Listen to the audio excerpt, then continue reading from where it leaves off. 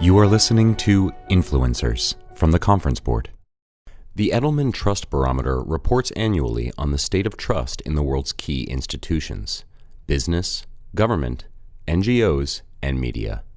In recent years, the research has revealed that businesses face some of the most challenging times in history in terms of the trust that the public has in them. Jennifer Cohan, president of the New York office of Edelman, joins the Conference Board's own president and CEO, Steve Odland, to discuss the 2019 results. We present that conversation now. Alex, thanks so much, and thanks to everybody online for joining us today, and especially thank you to Jennifer Cohan, who is the president of New York Edelman. Jennifer, welcome. It's so good to have you. Thank you for having me. And we're not in the same location, so through the magic of television and the internet and satellites, we're going to do this all virtually and brilliantly. Amazing. At least of course. So Jennifer, this Edelman Trust Barometer is something that has gone on for a very long time. It is a very prominent survey and barometer, which is viewed by virtually everyone I know in the C-suite, and is looked at with great anticipation each year. But talk to us just to begin about what is the barometer and how long have you all been doing it? Sure. So I'm going to take us back to 2001 when the WTO conference was happening in Seattle, and you might remember the battle for Seattle where there were protests in the streets. And our CEO, Richard Edelman, who was there, was really sort of stymied why, in a time of economic expansion, this was obviously all pre-September 11th, when times were really good, that there was so much protest in the streets. And that was really the impetus for starting to gauge trust in some of the institutions upon which we all rely. So the Trust Barometer, since 2001, has been examining levels of trust in 4 institutions: NGOs, business, media, and government. And what we do each year is we gauge the levels of trust, as well as what is either driving or distracting from trust in each of those institutions. It's a global study. We do it in 28 countries every year with about 32,000 respondents, and we cut the data a variety of ways, as you might expect, probably most importantly between what we call an informed public, which is people of a sort of a certain level of education and certain level of income, as well as people, we define them as people who engage with a certain level of media, and then the general public, which is really everyone else.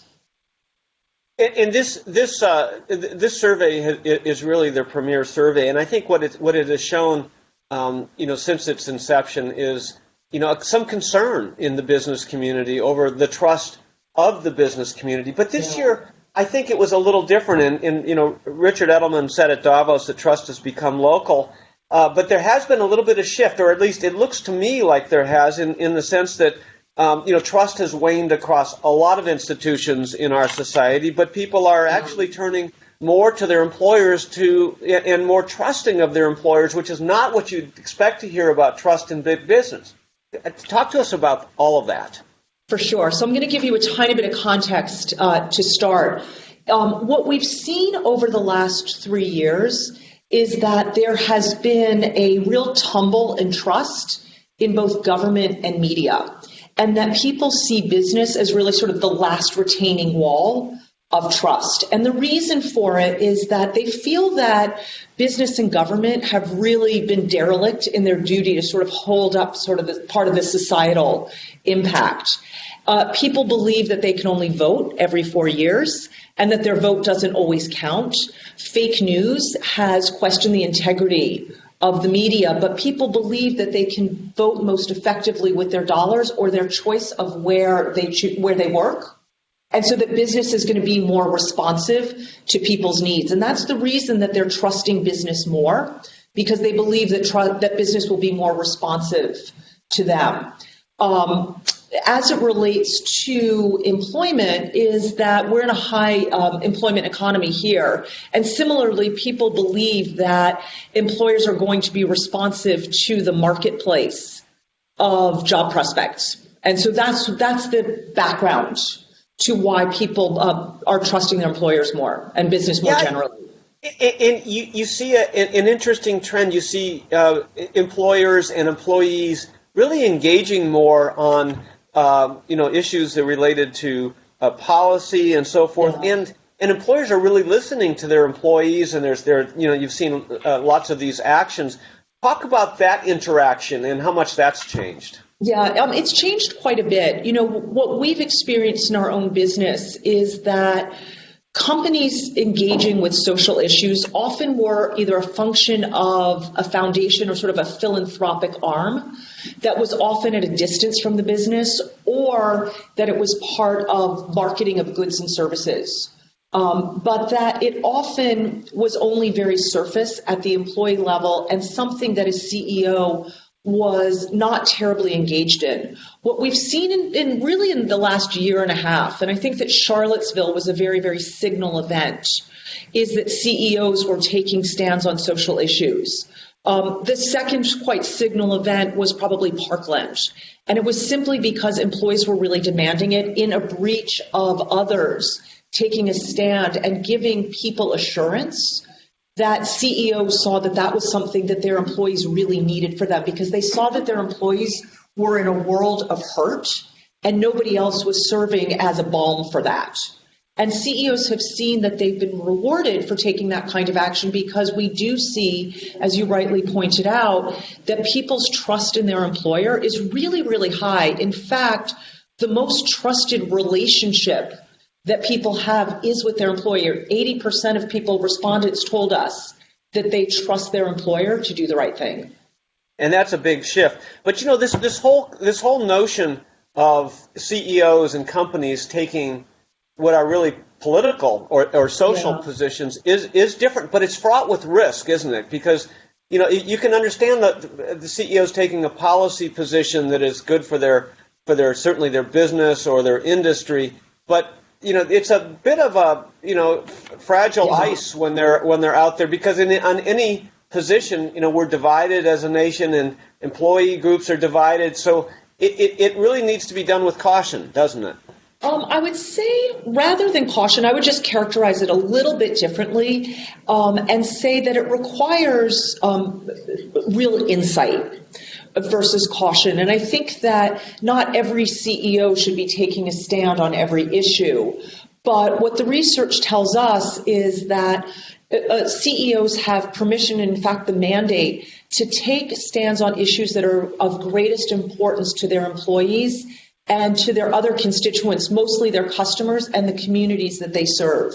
We all know that there's no one issue that absolutely everybody is going to agree upon. But looking at the data in terms of what's most important to employees, as well as those other communities, is the way to go. What we do see, broadly speaking, is that there are three broad areas that are of importance to employees. One is job prospects, and that 80% of people, not surprisingly, are expecting their employees to help their employer to help equip them for the future.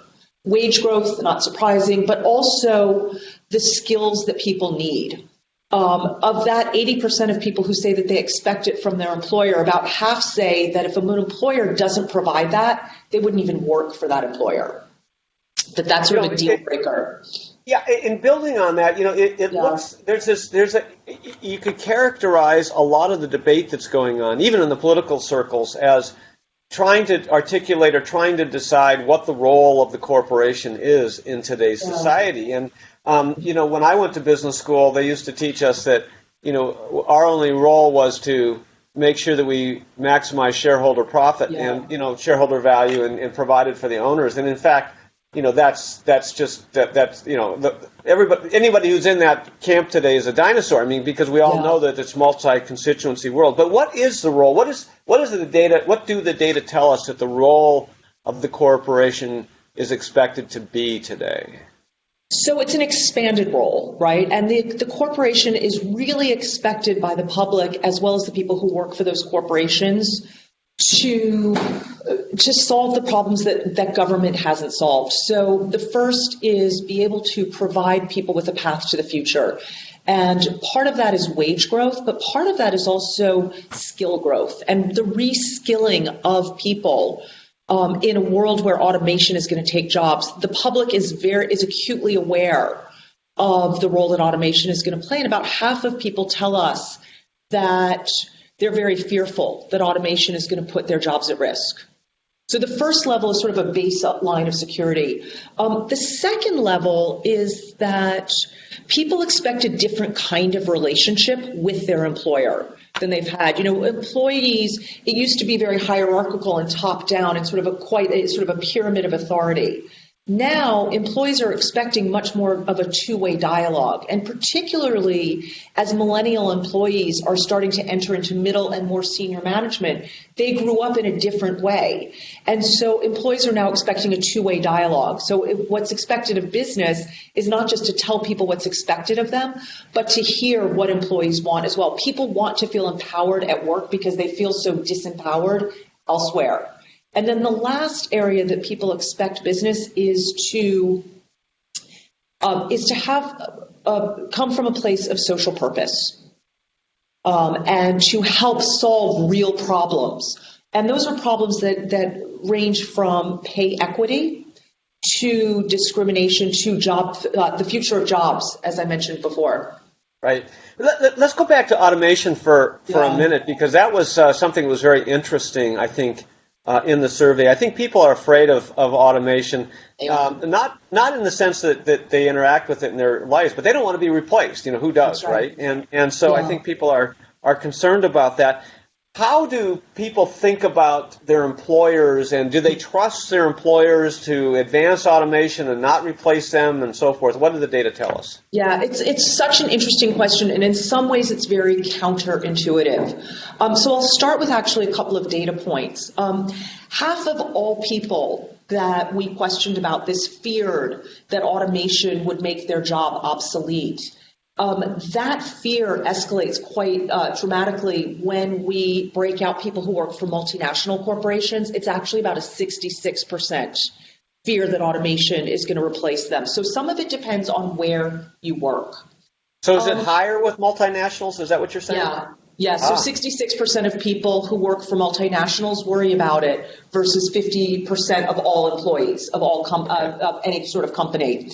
So it's somewhat counterintuitive that people are so worried about this, and yet they trust their employer.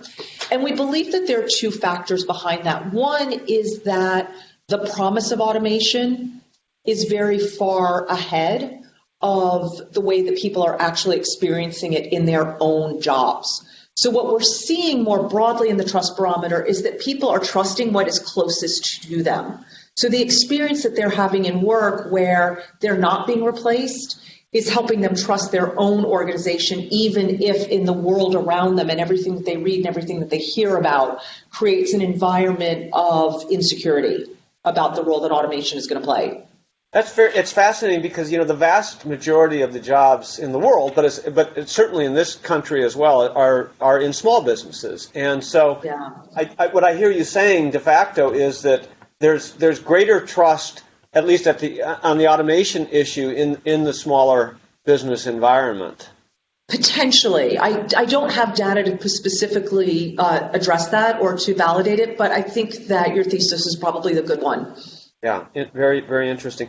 You mentioned a term before that the informed public, I think, is what you said, and I guess that's to juxtapose that group who are sort of more experts on an issue versus just the general market. But what does the study say on how you have to communicate and the levels of trust with the true experts versus the broad environment? Yeah. So interestingly, we see a real gap in trust across all of the institutions that we measure between informed public and general population. And I just want to punctuate that because I think that's an important backdrop, is that the informed public is a lot more trusting of institutions, including government, business, media, versus the general population.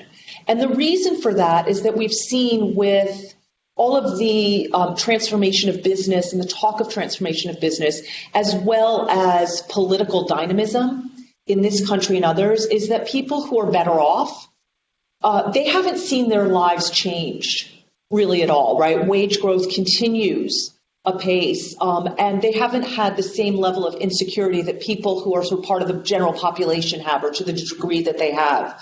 So the first thing that's important is that there are gaps in the levels of trust. As it relates to external communications and the way that companies are telling their stories externally, absolutely.